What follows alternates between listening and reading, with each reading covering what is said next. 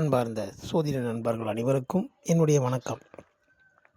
இந்த சோதிட நுணுக்கத்தில் நாம் பார்க்க போவது என்னவென்றால், ஒரு லக்கணம் மற்றும் உள்ள 9 கிரகங்களும் எந்த புள்ளியில் நிற்கின்றது அப்படின்று பார்த்து, அந்த புள்ளியின் தொடர்பு கேந்திரமாகிய 1, 4, 7, 10 இந்த மாதிரி இடங்களில் அது எங்கே நிற்க போகுது அப்படின்னு சொல்லி நம்ம பார்த்துக்கலாம்.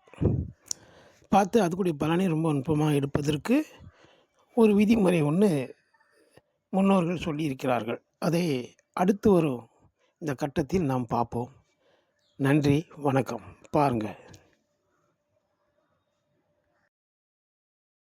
அன்பார்ந்த சோதிட நண்பர்கள் அனைவருக்கும் என்னுடைய வணக்கம்.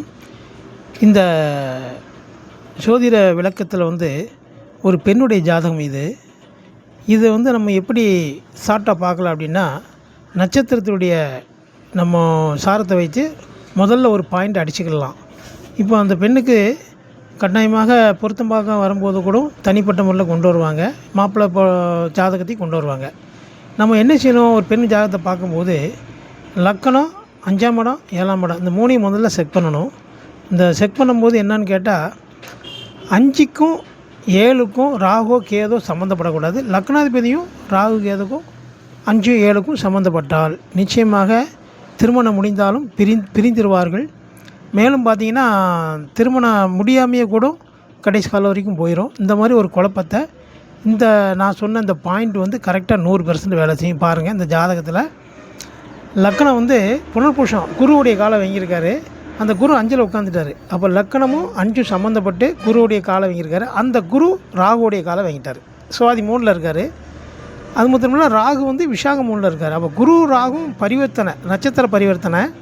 அது மட்டுமில்ல, 5 இடத்துல சம்மந்தப்பட்டதுனால நிச்சயமாக திருமண பாக்கியம் இல்லை.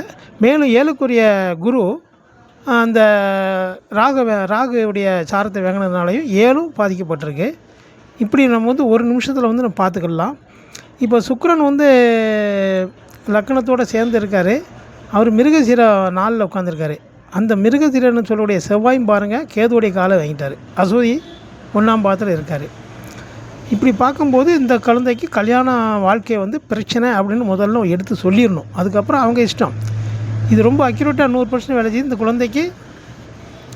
இந்த குழந்தைக்கு கல்யாணம் முடிஞ்சு இப்போ டிவைஸ் அளவுக்கு நிற்காங்க. வாழ்க்கை கிடையாது.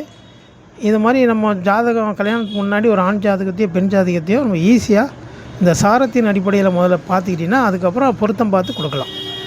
சரி நண்பர்களே, அடுத்த ஒரு இதை சந்திப்போம். நன்றி, வணக்கம்.